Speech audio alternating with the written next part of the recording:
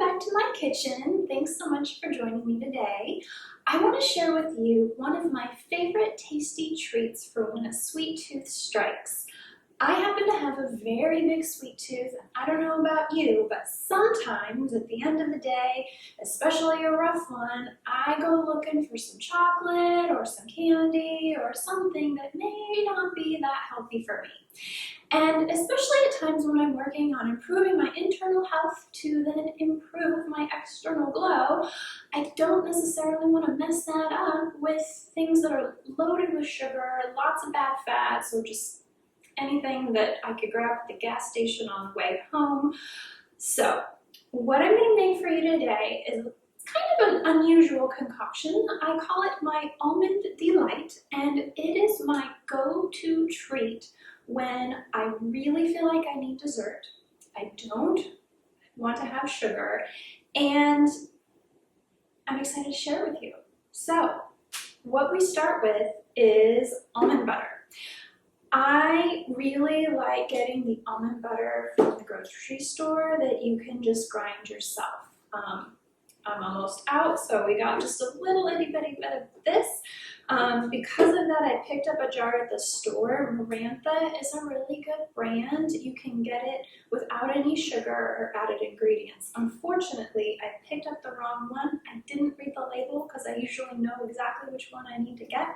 And this one does contain unrefined cane sugar, which is sugar, palm oil, and sea salt. It's delicious, but I really do prefer just regular old almond butter. So what I like to do is take a little bitty bit.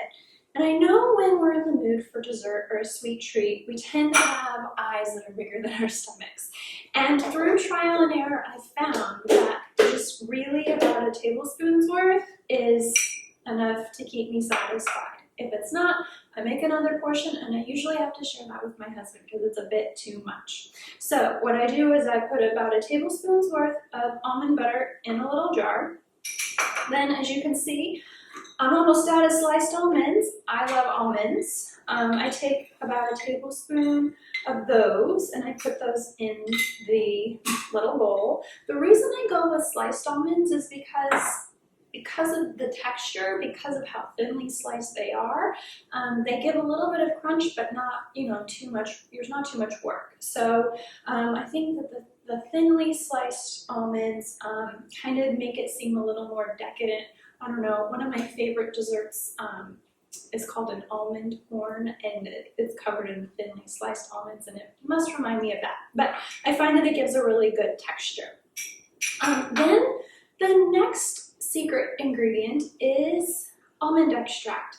I like to use organic almond extract, and I have to use almond extract, not vanilla extract, but the almond extract gives it kind of that, it gives it kind of like a cherry, almondy cherry type flavor without any added sugar. And so I honestly, when I cook, I don't measure a whole heck of a lot. Probably is about 1/8 of a teaspoon, maybe a quarter, but I usually just do like a little dollop, just like that. And because almond extracts are typically extracted with alcohol, not enough to get you boozy, but a little bit of alcohol to extract the flavors. The remnants of that, because we're not cooking it, actually the aroma reminds me of, let's say, a little bit of like a cocktail or something. So just the scent of it is kind of adds to the decadence of the dessert. So I like to stir that up, and then my newest addition to my concoction is sea salt, S-E-E salt. And this is my dear friend Jessica and her mother. It's their company, and they are just pure sunshine, literally. I think that if sunshine could be bottled into a human, it would be bottled into little Miss Jessica. She is the sweetest little soul. So a passion of hers is creating amazing cooking videos. So seasalt.com is where you can check those out. They are much more fabulous and fancy than my little odd concoction here in my little dish, but her sea salt is fantastic. It's harvested by hand in France, and for whatever reason, it tastes so much better than regular salt. I was out for a while and had to go back to my Himalayan pink salt, which was fine.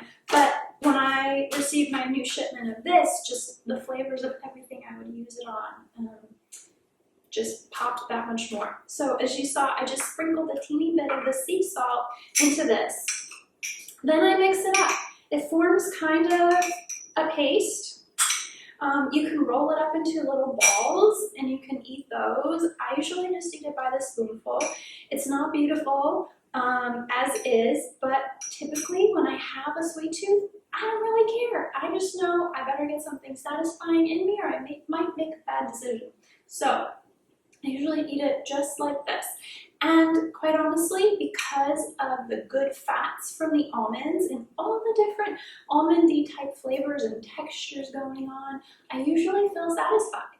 And I don't necessarily feel like I need to go grab a dessert or go grab a candy bar or anything like that. So I would love to know if you try it and what you think. If you're allergic to almonds, of course, don't. And if you hate almonds, well, don't try it either. But you may want to try it with cashew butter and some sliced cashews. Maybe then a little bit of almond extract and some sea salt in there would be good. You just play with the idea of you don't necessarily have to have dessert to satisfy your sweet tooth. And by eliminating the sugars and the impurities that a lot of desserts can have, we're doing our insides a favor, which in turn will do our outsides a favor as well.